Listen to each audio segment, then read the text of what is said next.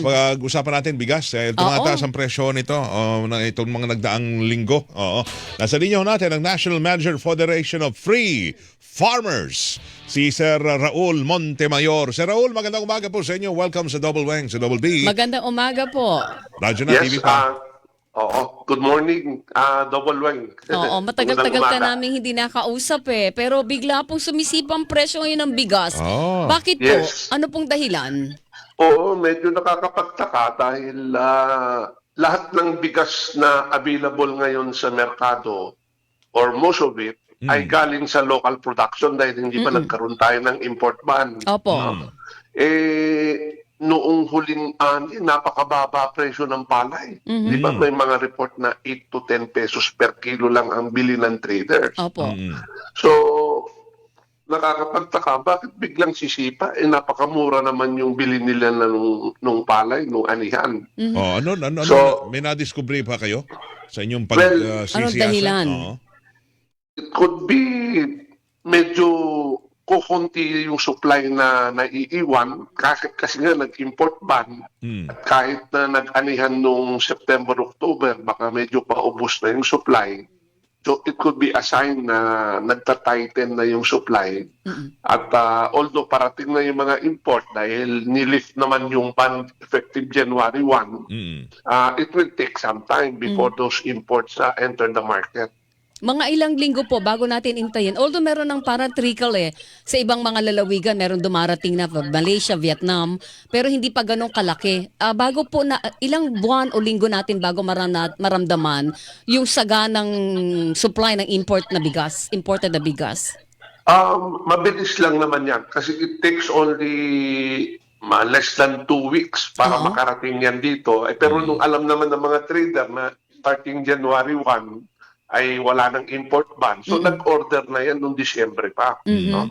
Kaya palagay ko, pumapasok na yung mga imported, pero baka nagkakaroon ng speculation na baka kulang yung supply o konti na lang, kaya bahagyang tumataas. Pero actually, napakalaki yung report sa amin na taas, mga as much as 8 pesos per kilo ang tinaas ng ibang klaseng bigas. No? That's very unreasonable. Kasi isang araw, mga 5 piso ngayon, naging 8 na. Oo. May mga ganun na reports, no? Kasi yung nabili nga yung palay, napakamura. Bakit tataas ng ganun kalaki? No? Sa ngayon po, Sir Raul, ano ang nakikita niyo yung prevailing na presyo, yung farm gate price ng palay? Wala pa ngayon dahil wala pang anihan. Oo. Okay. Dahil September pa tayo at October huling nag-ani. Yes. So ang lahat next ito, harvest will be March, April. So yung nabili dati, magkano yung ano yung prevailing noon na presyo sa farm gate? Around 12 to 15 pesos per kilo palay. Oo. It will translate to about 30 to 35 pesos ng bigas. Oo. Tapos pinatungan niya ng 8 pesos. Sobra pa. Sobra pa. Kasi magkano ang bigas ngayon sa palengke? Baka 45 to 55 na naman. Dati 38 lang, ngayon 40. Yun nga, sabi nyo nga, 35. Ngayon 45 na. Doon sa 30 to 35 po ba, nandito na yung sa middleman? Nasa palengke na. Yung 35. Yung 35, palengke na yun. Almost nasa retail level na yan. Kasi normally, kung anong bili mo ng palay, 15 pesos, i-times 2 mo, 30 pesos, yun na dapat yung retail price, yung normal retail price. So anong dahilan bakit pumapalo ng 40-45 pesos? Yan ang misteryo daw hanggang ngayon. Wala There must be unang-una speculation na kukunti ang supply. Pangalawa, there could be profiteering. Parang kumbaga may nag-hoard pa. Kaya hindi reasonable yung 5 to 8 pesos increase. Yan ang mga hindi natin nasisilip talaga. Kahit sinong eksperto, hindi makita-kita. Saan ba man-prove? O ayaw lang makita. Yes. Alam naman na yan ang Department of Agriculture, di ba, Sir Raul? Ewan ko.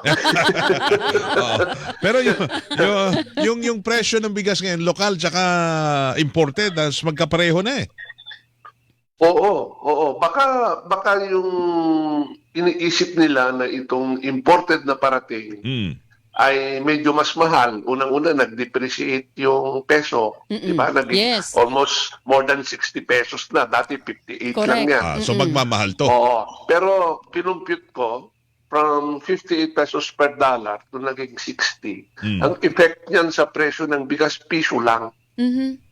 No? So again, piso lang yung tinaas ng imported dahil Oo. sa depreciation. Pero- bakit 5 piso o 8 piso ang taas sa retail? Sobra siya, no?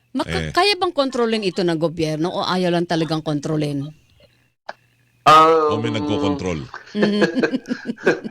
Meron sila nung MSRP, di ba? Oh, yeah. Yung Opo, suggested opo. retail Oo. price, Oo. no? Pero, kumbaga, suggestion lang naman yun. Hindi naman. At saka, Kaya, hindi mo mapilit ang nagtitinda. Hindi namin pwedeng sundin yan. Ang Yan ang kuha namin ganito eh. Ang problema si Raul and Weng, may batas tayo laban sa profiteering, di ba? yes.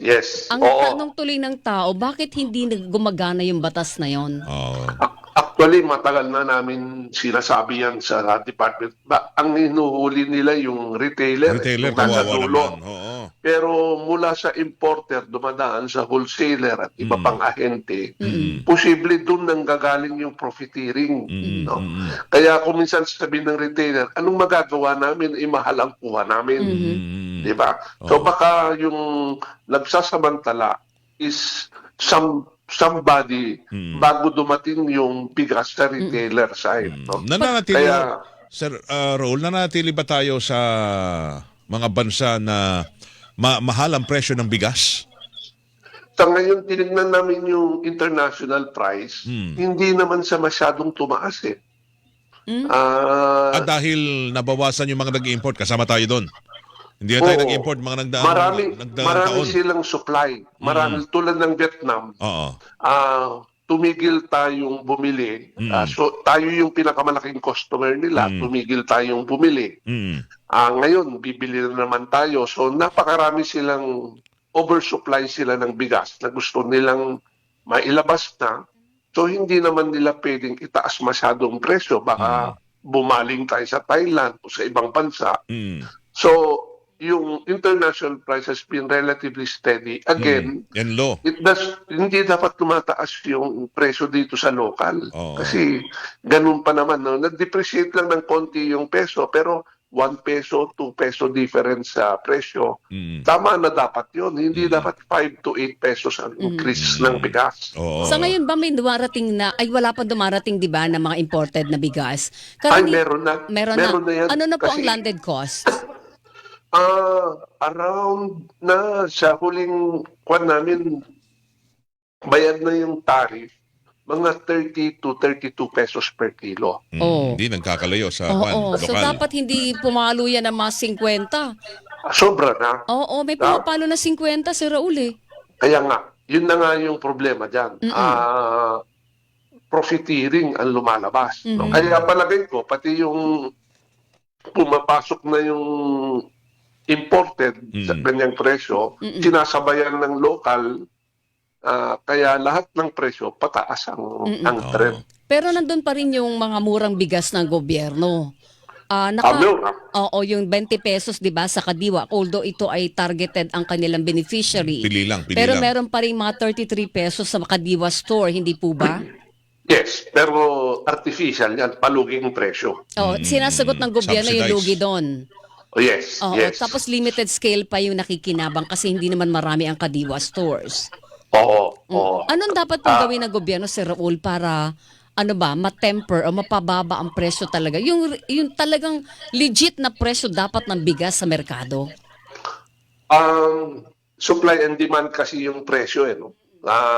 Iba pa yung profiteering, no? Pero kung medyo manipis na yung supply, kukunti yung supply, tapos kumakain pa naman yung tao ng bigas, may tendency talaga tumaas yung presyo. So, ang number one na problem nakikita ko yung monitoring ng supply ng gobyerno. No?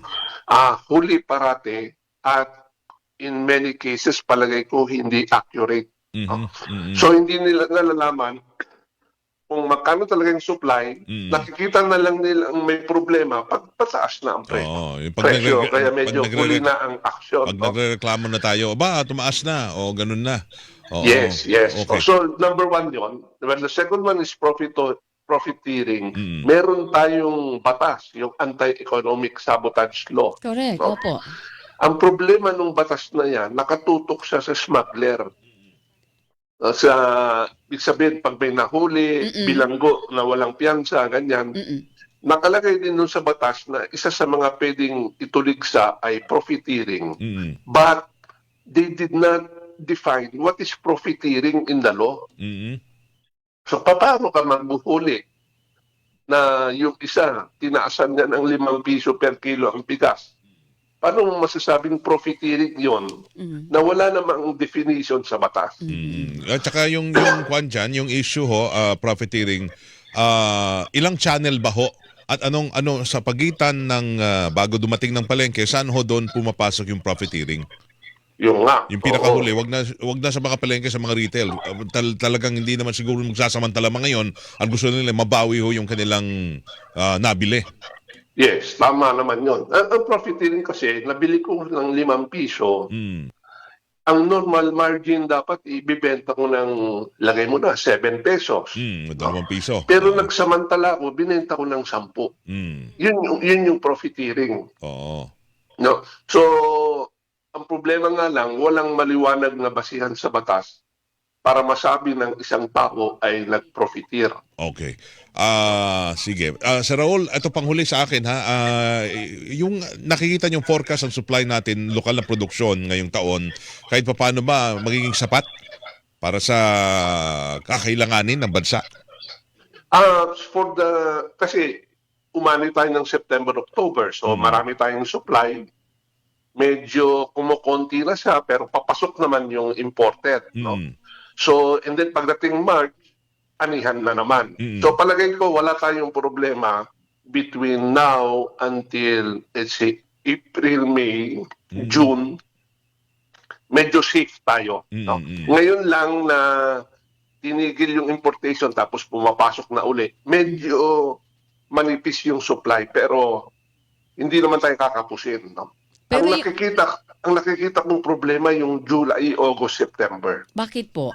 Kasi yun yung panahon na after nung anihan ng March, April, May, ang susunod nating ani, September, October. So yung July, August, September, yung 3 buwan na yun yung panahon na wala tayong ani masyado. Baka doon tayo medyo magkahigpitan.